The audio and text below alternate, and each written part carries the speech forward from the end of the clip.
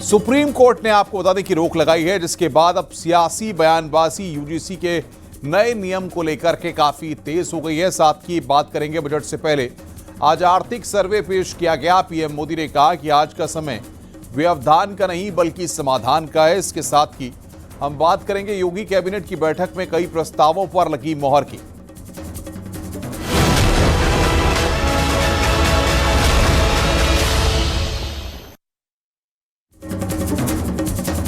UGC के नए नियमों पर सुप्रीम कोर्ट ने रोक लगा दी है। कई याचिकाकर्ताओं ने इन नियमों को मनमाना, भेदभावपूर्ण और संविधान और यूजीसी एक्ट 1956 के खिलाफ बताया था।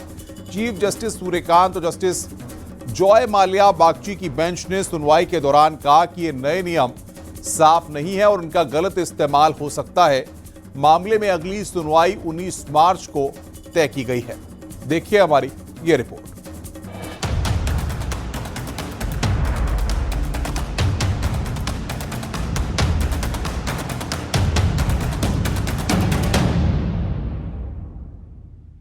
सुप्रीम कोर्ट ने यूजीसी के नए नियमों के खिलाफ दाखिल याचिकाओं पर सुनवाई के दौरान उन पर रोक लगा दी है। इस दौरान याचिकाकर्ताओं ने कहा है कि नया नियम भ्रम पैदा करता है। यूजीसी के नए नियमों पर सुप्रीम कोर्ट ने रोक लगा दी और सुप्रीम कोर्ट ने आदेश दिया है कि अभी 2012 वाले नियम ही लागू रहेंगे। सुप्रीम कोर्ट ने 19 मार्च 2026 तक केंद्र सरकार और यूजीसी को नोटिस जारी करके जवाब मांगा है, यानी अगली सुनवाई 9 मार्च को होगी। सीजेआई सूर्यकांत ने नियमों पर रोक लगाते हुए पूछा है कि क्या हम जाति विहीन समाज की तरफ बढ़ रहे हैं या फिर पीछे जा रहे हैं। हमने देखा है कि हॉस्टल में छात्र एक साथ रहते हैं, नए नियमों से अलग हॉस्टल बन जाएंगे, ऐसा नहीं होना चाहिए। और इसी बीच जस्टिस बागची ने यह भी कहा कि समाज और देश में एकता के लिए काम करना चाहिए। सीजेआई सूर्यकांत ने कहा कि हम सरकार से जवाब लेंगे, ऐसी परिस्थिति से कुछ लोग लाभ ले सकते हैं, एक विशेषज्ञ कमेटी भी बनाई जा सकती है। याचिकाकर्ताओं के वकील का कहना है कि संविधान ने सबको संरक्षण दिया है, सभी नागरिकों की रक्षा होनी चाहिए, लेकिन नया नियम भ्रमित करता है और समाज में भेदभाव पैदा करता है, जिसमें सिर्फ ओबीसी, एससी और एसटी की बात की गई है। आज माननीय सुप्रीम कोर्ट ने जो यूजीसी रेगुलेशंस नए नियम पास किए गए हैं उस पर सुप्रीम कोर्ट ने रोक लगाई है, उसको एबियंस में रखा है और सुप्रीम कोर्ट ने अपनी पावर्स को एक्सरसाइज करते हुए अंडर आर्टिकल 142 जो यूजीसी रेगुलेशंस 2012 हैं उनको इन ऑपरेशन किया, उनको प्रभावी किया। कोर्ट ने जो यूजीसी लेकर हमारी याचिकाएं थी, सवर्ण वर्ग की आशंका थी, सवर्ण वर्ग परेशान था, जिसके लिए सभी संगठन, सभी सवर्ण वर्गों के सभी संगठनों ने जो याचिकाएं यहाँ लगाई, उसमें आज बहुत महत्वपूर्ण निर्णय दिया कि जो यूजीसी का रेगुलेशन गैजेट आया था 2026 उस पर रोक लगा दी है। याचिकाकर्ता की तरफ से कहा गया है कि नियम 3E में भेदभाव की परिभाषा पहले से है, इसके रहते 3C की क्या जरूरत है। ये समाज में विभेद पैदा करने वाला है। जी बिल्कुल, देखिए बहुत बड़ा मैं कहूँ कि फैसला है और फैसला इसलिए है कि जनरल कास्ट को 3C यानी कि जातिगत भेदभाव जो कि नए रूल्स आए थे उससे बाहर रखा गया था। और हमारी मांग ये थी कि भेदभाव किसी के साथ भी हो सकता है, ऐसा नहीं है कि SC, ST और OBC के साथ ही भेदभाव हो सकता है। पूरे रूल्स के अंदर अलग से सेक्शन 3 को डालने की जरूरत नहीं थी। सुप्रीम कोर्ट ने यह भी आदेश दिया है कि 2012 में जो नियम थे वही अब फिर से लागू होंगे। इस मामले में अगली सुनवाई 19 मार्च को तय की गई है। सुप्रीम कोर्ट ने नियमों में इस्तेमाल किए गए शब्दों पर सवाल उठाए। जस्टिस बागची ने कहा है कि रेगुलेशन में इस्तेमाल किए गए शब्दों से ऐसा लगता है कि इनका दुरुपयोग हो सकता है। उन्होंने ये भी कहा कि हम समाज में एक निष्पक्ष और सबको साथ लेकर चलने वाला माहौल बनाना चाहते हैं। Bureau report, news 18, UP Uttarakhand.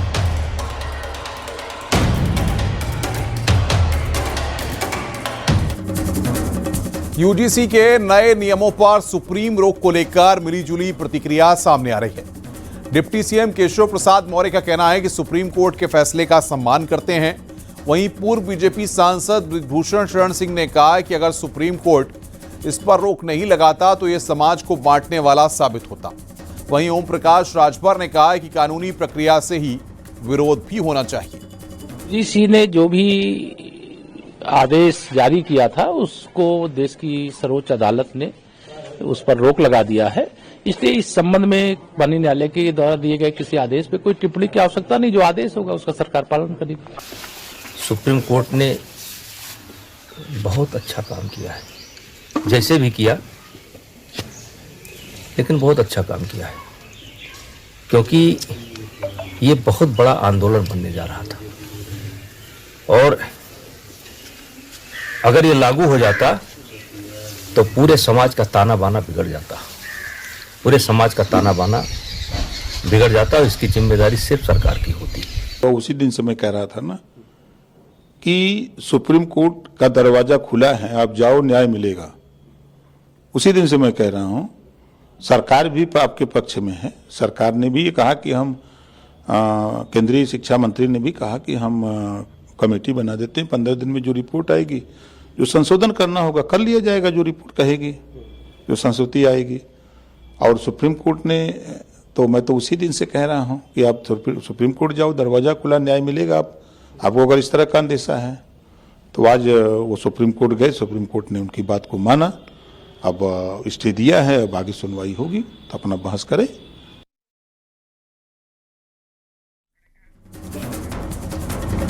Nagina से आजाद समाज पार्टी के सांसद चंद्रशेखर आजाद ने यूजीसी के नए नियम पर सुप्रीम कोर्ट की रोक पर ऐतराज जताया है। उन्होंने कहा कि हम चुप नहीं बैठेंगे, जरूरत पड़ी तो प्रदर्शन भी करेंगे। कांग्रेस सांसद प्रमोद तिवारी ने कहा कि बीजेपी का काम अहम मुद्दों से लोगों का ध्यान भटकाना है। वहीं एसपी सांसद राजीव राय का कहना है कि सरकार की मंशा लोगों को बांटने की है। माननीय सर्वोच्च न्यायपालिका में बैठे हमारे जो हैं विद्वान न्यायाधीशों से कहना चाहता हूं कि वो दलित पिछड़े वर्ग के जो अधिकारों के मामले वहां पेंडिंग पड़े हुए हैं, कृपया उन पे भी इतनी त्वरित कार्रवाई करें जिससे हमारे मन में ये विश्वास जो है अविश्वास में न बदले कि हमारे साथ सर्वोच्च न्यायपालिका से किसी भी तरह का भेदभाव हो सकता है। वो चाहिए, उनको चाहिए कमजोर वर्गों के पक्ष को मजबूती से रखे, लेकिन उसमें तो सरकार फेल है। हम तो देखिए, मैं आपको कह रहा हूं, आज हम अपने साथियों से बात करके निर्णय लेंगे। इतनी आसानी से हम अपने अधिकारों को लूटने नहीं देंगे। हम निर्णय लेंगे कि हमें किस तरह से आगे की लड़ाई को लड़ना है। वर्ग के नाम पे, जाति के नाम पे, धर्म के नाम पे देश में आग लगाते हैं, और इसलिए लगाते हैं कि लोग वास्तविक मुद्दों से ध्यान हट जाए। बेरोजगारी, महंगाई, ये भी सरकार की यही देन थी।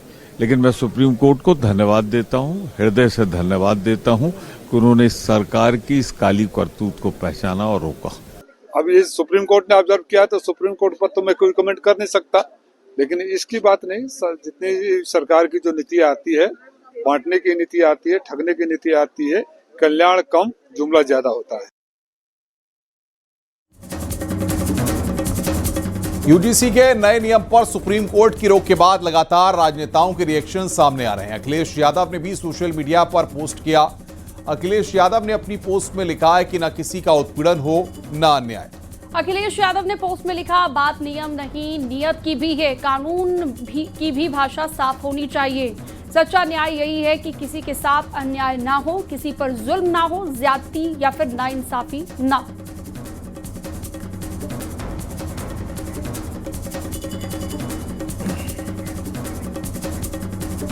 यूजीसी विवाद पर शंकराचार्य मुक्तेश्वरानंद ने कहा है कि संविधान के अनुरूप काम नहीं हुआ, कोर्ट को आखिर क्यों दखल देना पड़ा। शंकराचार्य ने कहा कि नियम लागू करने से पहले ही विचार करना चाहिए था। इस नियम से देश को बांटने की कोशिश की गई।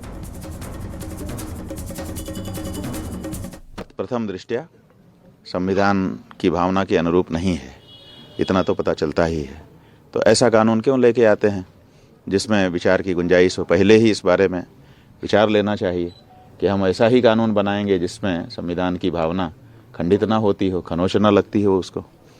तो सुप्रीम कोर्ट ने उसको स्वीकार किया। इसी से पता चलता है कि विचारणीय बिंदु उसमें है। वित्त मंत्री निर्मला सीतारमण ने आज लोकसभा में आर्थिक सर्वेक्षण 2025-26 पेश किया है। साल 2026-27 में जीडीपी के 6.8 से 7.2% रहने का अनुमान है। पीएम मोदी ने कहा कि आज का समय व्यवधान का नहीं बल्कि समाधान का है। रविवार 1 फरवरी को आम बजट पेश होगा। वहीं विपक्ष ने इस पर सवाल भी उठाए, इसका बीजेपी ने जवाब दिया है। देखिए हमारी report.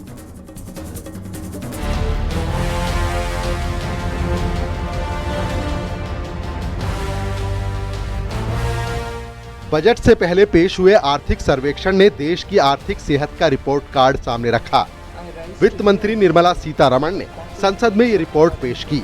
Hindi and English versions Economic Survey 25-26, Economic Survey 25-26 Statistical Appendix. पिछले एक दशक में 25 करोड़ देशवासी गरीबी को हराकर गरीबी से बाहर निकल गए। जबकि एक दिन पहले राष्ट्रपति द्रौपदी मुर्मू ने अपने अभिभाषण में मोदी सरकार की उपलब्धियों का उल्लेख किया। वित्त मंत्री ने कहा कि जीएसटी सुधारों में ई-वे बिल पर फोकस किया गया है। साल 2026-27 में जीडीपी के 6.8 से 7.2% तक रहने का अनुमान है। बजट सत्र के दूसरे दिन पीएम मोदी ने कहा कि आज का भारत आत्मविश्वास से भरा है। भारत दुनिया के लिए आशा की किरण है। आज का वक्त व्यवधान का नहीं बल्कि समाधान का है। आज जिस प्रकार से देश आगे बढ़ रहा है, आज समय व्यवधान का नहीं है, आज समय समाधान का है। आज प्राथमिकता व्यवधान नहीं है, आज प्राथमिकता समाधान है। वही बजट सत्र से पहले राष्ट्रपति के अभिभाषण पर सपा सांसद अवधेश प्रसाद ने निशाना साधा। उन्होंने कहा कि ये अभिभाषण सरकार द्वारा तैयार किए गए दस्तावेज से ज्यादा कुछ नहीं था।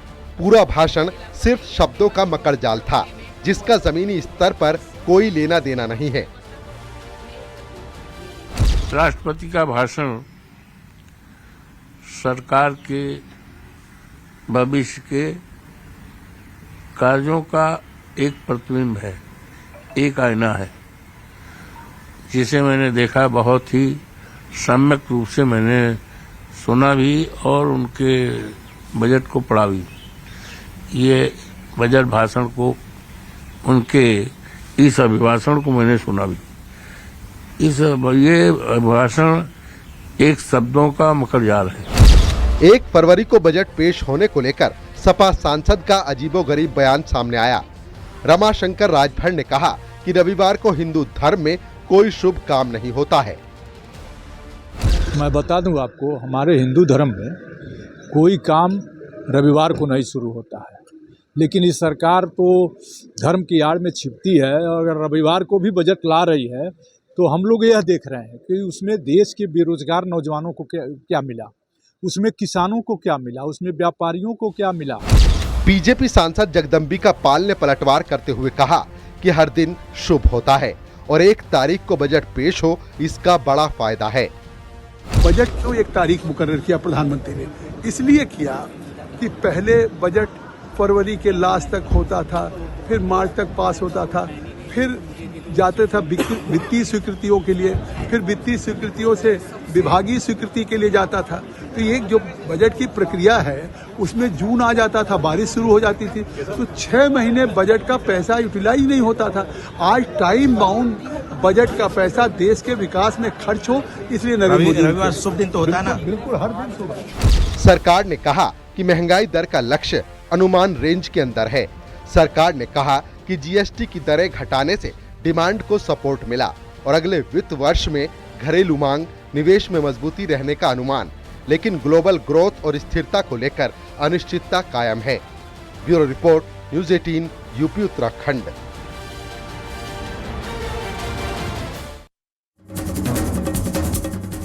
लखनऊ में योगी कैबिनेट की बैठक में कई अहम प्रस्तावों पर मुहर लगी है, जिसमें सबसे अहम प्रस्ताव शिक्षकों को कैशलेस सुविधा के संबंध में था, जिसे शासन से मंजूरी मिल गई है। करीब 12 लाख शिक्षकों को कैशलेस सुविधा मिलेगी। मुख्यमंत्री योगी ने शिक्षक दिवस पर कैशलेस सुविधा देने का ऐलान किया था। इसके बाद आज प्रस्ताव को मंजूरी मिली है। इसके अलावा पीडब्ल्यूडी, उद्योग, स्वास्थ्य समेत कई विभागों को प्रस्तावों पर मुहर लगी है। देखिए हमारी रिपोर्ट।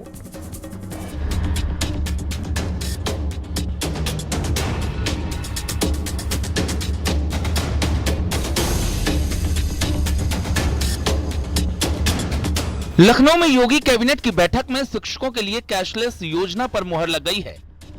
करीब 12 लाख शिक्षकों को कैशलेस सुविधा मिलेगी। सीएम योगी ने शिक्षक दिवस पर कैशलेस सुविधा देने का ऐलान किया था। अब इस प्रस्ताव पर मुहर लग गई है। कैशलेस योजना से शिक्षक और शिक्षा से जुड़े कर्मचारी सीधे तौर पर लाभान्वित होंगे। योजना को आयुष्मान भारत व्यवस्था के माध्यम से लागू किया जाएगा। इसके तहत शिक्षक, शिक्षा मित्र, अनुदेशक और रसोईया भी कैशलेस इलाज की सुविधा ले सकेंगे। इस योजना पर 358.61 करोड़ रुपए का खर्च आएगा। 11,95,391 हमारे जो प्रदेश में शिक्षक हैं इनके लिए कैशलेस जो चिकित्सा की सुविधा, कैशलेस चिकित्सा सुविधा जो माननीय मुख्यमंत्री जी ने घोषणा की थी, इसको आज माननीय मंत्रिपरिषद के द्वारा सहमति मिली है। शिक्षक संगठन काफी समय से कैशलेस चिकित्सा सुविधा की मांग कर रहे थे। अब प्रस्ताव पास होने के बाद शिक्षक संगठनों को राहत मिली है। उत्तर प्रदेश माध्यमिक शिक्षक संघ प्रदेश के मुख्यमंत्री का आभारी है, क्योंकि उन्होंने शिक्षक दिवस के अवसर पर इस योजना की घोषणा की थी कि अन्य कर्मचारियों के भांति शिक्षकों को भी कैशलेस चिकित्सा सुविधा प्रदान की जाए। कैबिनेट की बैठक में कई अहम प्रस्तावों पर मुहर लगी, जिनमें अहम है 5 लाख टीचर और कर्मचारियों को कैशलेस इलाज की सुविधा, गोरखपुर और वाराणसी में सीवरेज योजना के लिए 72,140 लाख का प्रोजेक्ट, नोएडा इंटरनेशनल एयरपोर्ट के विस्तार के लिए जमीन का अधिग्रहण, देवरिया कसिया मार्ग के लिए चौड़ीकरण की योजना, सब रजिस्ट्रार ऑफिस में होने वाले रजिस्ट्रेशन का डिजिटाइजेशन। शिक्षकों को कैशलेस सुविधा के ऐलान के बाद टीचर वर्ग में काफी उत्साह है। हालांकि जो कर्मचारी पहले से किसी सरकारी स्वास्थ्य योजना जैसे आयुष्मान भारत के तहत कवर हैं, उन्हें इस योजना का अलग से लाभ नहीं मिलेगा। दरअसल महत्वपूर्ण प्रस्ताव इस लिहाज से है कि उत्तर प्रदेश में स्नातक शिक्षक MLC के चुनाव हैं और उन चुनाव से पहले ये बड़ी सौगात शिक्षा मित्रों, शिक्षकों और रसोइयों को मिली है। जाहिर सी बात है कि आज की इस कैबिनेट की बैठक में अलग अलग विभागों के, चाहे वो परिवहन विभाग हो या चीनी विभाग हो या फिर PWD विभाग हो, समेत तमाम विभागों के 30 प्रस्तावों पर आज मुहर लगी है। कैमरामैन उपेंद्र के साथ संकेत मिश्रा, न्यूज़ 18 लखनऊ। बहुजन समाज पार्टी अब DMO यानी दलित मुस्लिम OBC समीकरण के जरिए अखिलेश के PDA यानी पिछड़ा दलित अल्पसंख्यक पॉलिटिक्स की कार्ड तैयार कर रही है। मायावती अपनी खोई हुई जमीन को एक बार फिर से वापस पाने के लिए पुराने नेताओं को भी वापस लाने की योजना बना रही है। माना यह जा रहा है कि बहुजन समाज पार्टी के साथ कदम से कदम मिलाकर चलने वाले कई पूर्व के बसपाई नेता को वापस लाने का प्लान है, यानी कि 2027 के विधानसभा चुनाव से पहले बहुजन समाज पार्टी की घर वापसी इनमें हो सकती है, यानी कि ये नेता अब वापस बहुजन समाजवादी पार्टी में आ सकते हैं। एक रिपोर्ट आपको दिखाते हैं।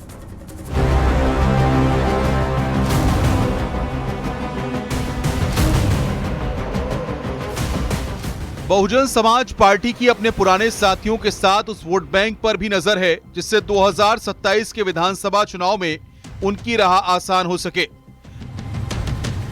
दलित मुस्लिम OBC के साथ BSP अपने पुराने साथियों को भी एक करने के बारे में सोच रही है।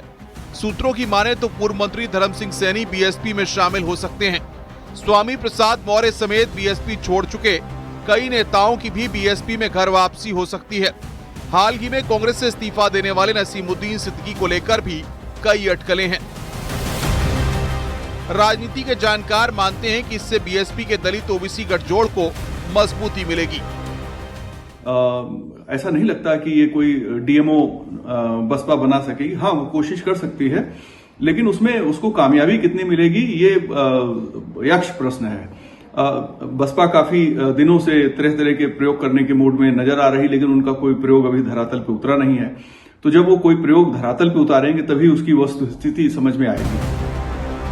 समाजवादी पार्टी के PDA फॉर्मूले को जवाब देने के लिए मायावती दलित पिछड़ा और अल्पसंख्यक का गठजोड़ तैयार करने में लगी हैं। वहीं SP का कहना है कि 2027 के लिए उसकी तैयारी पूरी है और BSP से उसे कोई चुनौती नहीं है। देखिए, समाजवादी पार्टी लगातार पिछड़े, दलित, अल्पसंख्यक, किसान और नौजवानों की लड़ाई को मजबूती से लड़ रही, उनके हक में आवाज उठाने का काम कर रही है। अगर कहीं कोई नाइंसाफी होती तो सबसे पहले समाजवादी पार्टी उस लड़ाई को लड़ने का काम करती है। इसलिए बसपा या किसी अन्य दल के PDA की काट के फॉर्मूले की बात करना या इस तरह के किसी बयान को देना, उस पर समाजवादी पार्टी को कोई टिप्पणी नहीं करनी है। 2027 के विधानसभा चुनाव से पहले BSP और SP की जहां दलित मुस्लिम OBC पर नजर है, वहीं BJP के आगे उनकी रणनीति कितनी कारगर होती है, ये आने वाला वक्त बताएगा। इसीलिए बहुजन समाज पार्टी भी अब मुस्लिमों के साथ साथ OBC और दलित पर भी फोकस कर रही है, लेकिन इसके सामने सबसे बड़ा चैलेंज समाजवादी पार्टी होगी, क्योंकि 2024 के लोकसभा चुनाव में PDA के फार्मूले के साथ समाजवादी पार्टी को सफलता मिल चुकी है। 2027 का विधानसभा चुनाव इस बात पर तय होगा कि आखिर ये तमाम जातियां किसके पाले में जाती हैं। कैमरा पर्सन मनोज शाही के साथ अलाउद्दीन, न्यूज़ 18 लखनऊ।